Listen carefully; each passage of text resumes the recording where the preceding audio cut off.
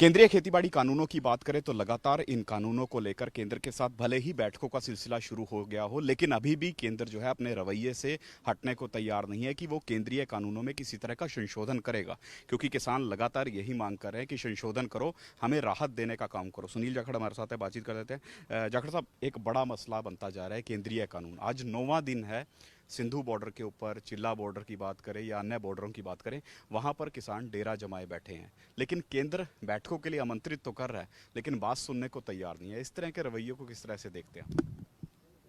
ये केंद्र सरकार का अड़ियलपन है, ये अहंकार है केंद्र सरकार का, जिसकी वजह से आज बुजुर्ग किसान, हमारी माताएं, बहनें, बच्चियाँ, परिवार के साथ जो किसान वहाँ गए हुए आज बैठे हैं वहाँ इतनी सर्दी के अंदर, और इस कोरोना के समय में जब खुद प्रधानमंत्री बार बार देश को चेता रहे हैं कोरोना को लेके, तो मैं समझता हूँ मानवीय आधार पर भी मोदी साहब को चाहिए था कि इन कानूनों को एक दफ़ा सस्पेंड करते, they should be held in abeyance, इनको रोकें, इनकी इम्प्लीमेंटेशन, और जब कोरोना की स्थिति सुधर जाए तो उसके बाद में किसान जथेबंदियों से बैठ के इसका हल करें। परंतु इसकी वजह, जैसे आप कह रहे हैं भी, केंद्र सरकार बार बार, केंद्र सरकार क्या कर रही है, केंद्र सरकार झूठ पे झूठ बोले चली जा रही है। और मुझे आज फिर आप भी मुझे समझेंगे कि हमारे गुरदासपुर से जो बीजेपी के उम्मीदवार थे पार्लियामेंट के लिए, सनी देओल जी, वो एक बड़ा डायलॉग बोला करते थे, क्योंकि भी नलके उखाड़ते रहे हैं, तो पहले ये भी कहते रहते थे कि तारीख पे तारीख पे तारीख। उसी तर्ज के ऊपर बीजेपी, इवन प्रधानमंत्री साहब भी, मैं कहूँगा बड़ी मुझे इस बात की शर्म आ रही है कि झूठ पे झूठ, झूठ पे झूठ, झूठ पे झूठ बोले चले जा रहे हैं।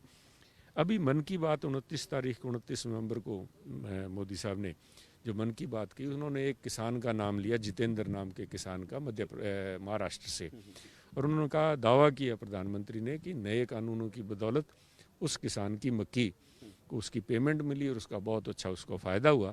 आज वही जितेंद्र किसान दिल्ली में आके किसान संघर्ष में किसानों के साथ बैठा है, और वो कह रहा है कि उसकी मक्की जो है एमएसपी या न्यूनतम समर्थन मूल्य 1850 पे ना बिक के 1200 रुपये में इन साहूकारों ने खरीदी, और उसको 3 लाख रुपए का नुकसान हुआ। तो भ्रम कौन फैला रहा है साहब? मोदी साहब के मुंह से ये बातें शोभा नहीं देती, देश को भ्रमित कर रहे हैं। वो बेनिफिट बता रहे हैं इन काले कानूनों की, जो है नहीं। आज किसान को सामने मौत खड़ी दिख रही है अपनी, इसीलिए वो अपना सब कुछ छोड़ के इस कड़कती सर्दी के अंदर वहाँ पे बैठा है। तो जब तक सरकार अपना अहंकार नहीं छोड़ती, जब तक अपना रवैया नहीं छोड़ती और सकारात्मक ढंग से इस बातचीत में नहीं आती, तब तक मैं समझता हूँ कि ये देश के लिए बड़ा एक जोखिम का समय, किसानी के लिए तो है ही है, परंतु इसके प्रभाव जो हैं दूरगामी होंगे और देश के लिए अच्छे नहीं होंगे। देश के लिए अच्छे नहीं होंगे। कैप्टन अमरिंदर सिंह भी कल अमित शाह के साथ इसी तरह की एक मुलाकात करके आए, जिसमें उन्होंने सीधे तौर पर कहा कि अर्थव्यवस्था पर पंजाब की इस आंदोलन का बड़ा फर्क देखने को मिल रहा है। नेशनल सिक्योरिटी का भी उन्होंने हवाला दिया कि नेशनल सिक्योरिटी भी कहीं ना कहीं इस आंदोलन की वजह से उस पर भी कहीं ना कहीं सवाल खड़े हो सकते हैं कि बाहरी ताकतें जो हैं वो इस आंदोलन की आड़ में कोई अप्रिय घटना को भी अंजाम दे सकती है। इस तरह की बात कैप्टन अमरिंदर सिंह करते नजर आ रहे हैं। आपको क्या लगता है कि लगातार जिस तरह से नेशनल सिक्योरिटी का इशू उठता जा रहा है, तो क्या कोई बड़ा थ्रेट है जिस वजह से कैप्टन अमरिंदर सिंह बार बार केंद्र को सचेत करने की कोशिश कर रहे हैं? बिल्कुल आपने सही कहा, कल पहली दफ़ा नहीं हुआ। कैप्टन साहब ने जिस दिन से किसान धरने पे बैठे हैं उसी दिन से ये बात केंद्र सरकार को चेता रहे हैं कि इस संघर्ष को, इनके इस प्रोटेस्ट को गंभीरता से लिया जाए, क्योंकि यहाँ पे अगर पंजाब में इस किस्म की अशांति, लोगों में बेचैनी होगी किसानी के अंदर, और किसान प्रधान हमारा सूबा है, तो पाकिस्तान की आईएसआई एजेंसीज को यहाँ पे गड़बड़ करने का मौका मिलेगा। बाहर जो बैठे हैं कनाडा या जर्मनी या जिस किस्म से ये लोग आज बात कर रहे थे, उन लोगों को प्रोत्साहन मिलेगा। दे विल हैव, यहाँ पे वो कोई ना कोई, किसी न किसी नौजवान तबके को प्रभावित करने में सफल ना हो जाएं। इसलिए कैप्टन साहब ने आर्थिक के साथ साथ आंतरिक और हमारी बाहरी सुरक्षा की बात भी तब भी उठाई थी, पर केंद्र सरकार की आंखें अब जाके खुली हैं, जबकि किसान आज उनके दरवाजे पे आके वहाँ बैठ गए हैं, और आज दिल्ली का हर तरफ से ट्रैफिक बंद करने की बात हो रही है। भगवंत मान की बात करें, आम आदमी पार्टी की बात करें, मीटिंग पर सवाल खड़े कर रहे हैं। वो कह रहे हैं कि ये कोई किसानों के संदर्भ में मीटिंग नहीं थी, बल्कि ईडी के केसों के संदर्भ में कैप्टन अमरिंदर सिंह अमित शाह से मिलने के लिए वहां पर पहुंचे। मैं समझता हूँ आम आदमी पार्टी के किसी भी नेता को, इवन माननीय जो मुख्यमंत्री हैं केजरीवाल साहब को, इस मसले पे बोलने का कोई भी नैतिक अधिकार नहीं है। क्योंकि इतने दिनों से किसान जब से 5 जून से ये ऑर्डिनेंसेस अध्यादेश लेके आए गए थे, तब से केजरीवाल साहब ने एक बार भी जुबान नहीं खोली। दिल्ली के अंदर बैठे थे किसान, तो यहाँ से चल के दिल्ली गए हैं, वो तो दिल्ली में बैठे थे। वो केजरीवाल साहब लगातार अमित शाह जी की तारीफ करने के अलावा और कोई काम नहीं कर पाए। आम आदमी पार्टी की सरकार दिल्ली में बैठी और उनकी पार्टी ने केंद्र सरकार के सामने घुटने टेक दिए। आज वो अपनी सरकार और गद्दी बचाए रखने के लिए उन्होंने जो समझौता किया हुआ है, आज पंजाब के अंदर भी मैं समझता हूँ, चाहे वो अकाली दल है चाहे वो आम आदमी पार्टी है, ये उसी भूमिका में अपने आप को देख रहे हैं जो कि बिहार के अंदर चाहे वो चिराग पासवान जी की पार्टी थी, चाहे ओवैसी जी का जो रोल था, ये दोनों पार्टियां वही रोल निभाने के लिए अपने आप को मानसिक तौर पे इन्होंने तैयार कर रखा है। किस तरह के घुटने टेके हैं? क्या जो नोटिफिकेशन दिखाई जा रही है बार बार कि दिल्ली में नोटिफिकेशन केंद्रीय कानूनों की लागू कर चुकी है केजरीवाल सरकार, क्या वो वाकई में सही है? क्योंकि यहाँ पर भगवंत मान की बात करें, वो कह रहे हैं कि हमने मंडी यार्ड को बढ़ाया है, हमने इन कानूनों को लागू नहीं किया। आप अगर पढ़ के देखें, मेरे पास वो है, मैं आपको फॉरवर्ड भी कर दूंगा, उसमें डायरेक्ट इस ऑर्डिनेंसेस का रेफर उन्होंने दिल्ली सरकार ने किया है। प्रत्यक्ष को प्रमाण की जरूरत नहीं होती साहब, ये तो सामने है। और केजरीवाल साहब 15 मिनट तक टीवी पे बोले, उन्होंने एक दफ़ा भी इस बात को बार बार पूछने की कि आपने ये ऑर्डिनेंसेस ये जारी किए हैं नहीं किए, उस बात पे नहीं है। वो सिर्फ कैप्टन अमरिंदर सिंह जी को कोसते रहे, अपनी बात पे नहीं है। देखिए ये ऑर्डिनेंसेस पास हुए हैं, दिस इज़ अ फैक्ट, ये लीगल डॉक्यूमेंट है, उसको वो जुटला नहीं सकते।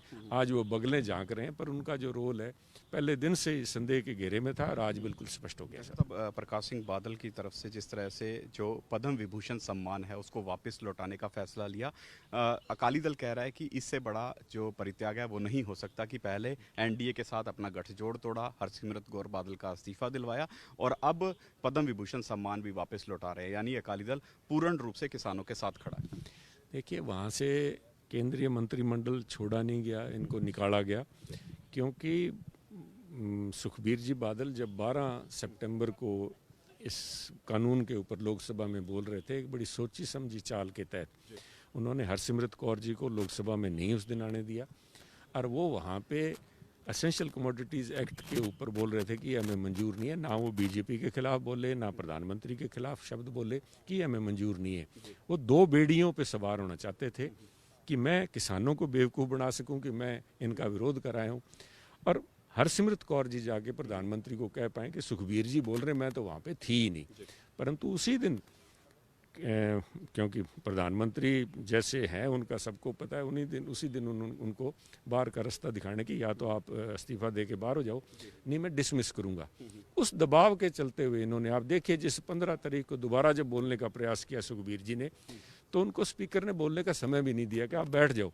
वो उनको शहीद नहीं बनना देना चाहते थे, क्योंकि सुखबीर जी कहना चाहते हैं हम इस्तीफा दे रहे हैं, पर स्पीकर ने बोलने नहीं दिया, बिठा दिया, माइक ऑफ कर दिया, और उसके चलते हुए इनको बाहर का रास्ता दिखाया गया। और आज जो बादल साहब ने किया है, देखिए हम चाहे हमारे कितने भी राजनीतिक मतभेद अकाली दल से हों, पर इस बात को कोई डिनाई नहीं कर सकता कि बादल साहब आज देश के अंदर सबसे वरिष्ठ लीडर हैं, पॉलिटिशियन हैं, 5 बार मुख्यमंत्री रहे हैं। उनका तजर्बा मैं समझता हूँ आज देश में उनके मुकाबले का तजर्बा राजनीतिकार कोई भी नहीं है।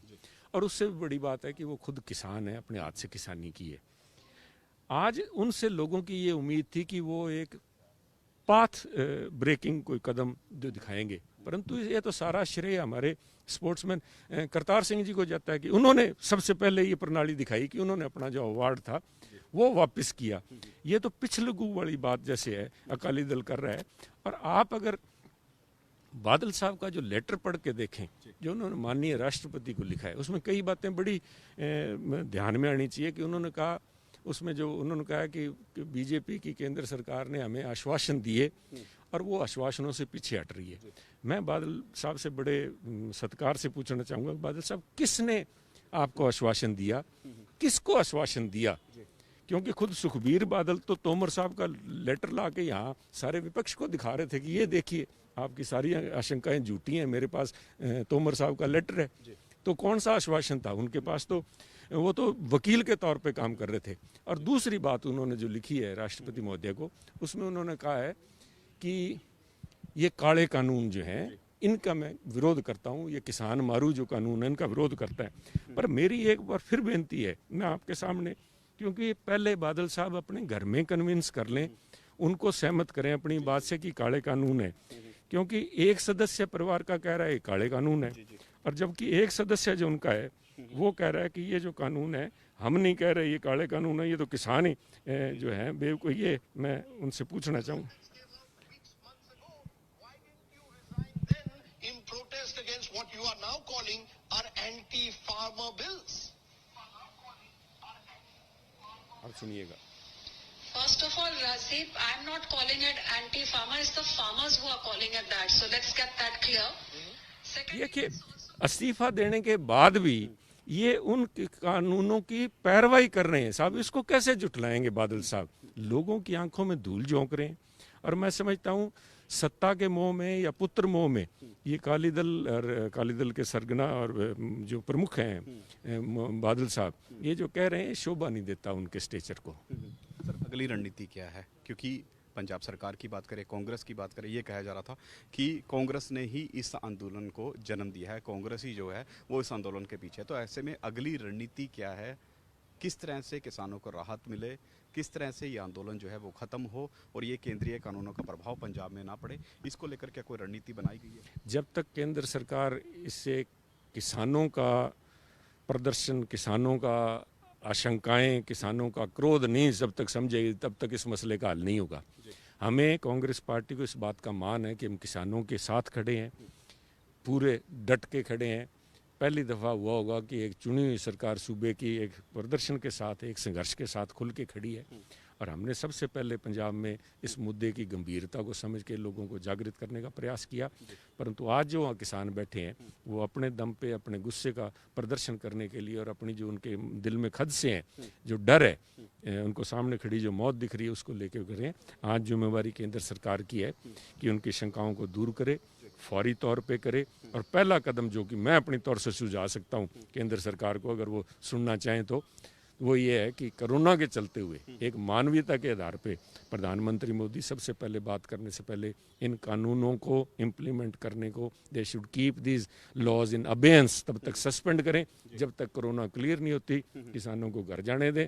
उसके बाद में आगे की बात अगर किसान साथियों को मंजूर हो तो उसके बाद में चालू, पर तब तक ये जो कानून है ठंडे बस्ते में डाल दिए जाए। बिल्कुल, देखिए कोरोना के चलते मानवीय हालातों को मद्देनजर रखते हुए केंद्र की मोदी सरकार फिलहाल इन कानूनों को ठंडे बस्ते में डाले, लागू करने का काम ना करे। इसके अलावा भगवंत मान की बात करें या फिर हम शिरोमणि अकाली दल की बात करें, उन पर भी जो सुनील जाखड़ है बड़े तंज कसते नजर आए हैं। बहरहाल देखना यही होगा कि इनके इन तंजों का जो जवाब है वो शिरोमणि अकाली दल या फिर आम आदमी पार्टी की बात करें वो किस लहजे में देती हुई नजर आती है। कैमरामैन देवेंद्र सिंह के साथ विनीत कपूर, ANB न्यूज़, चंडीगढ़।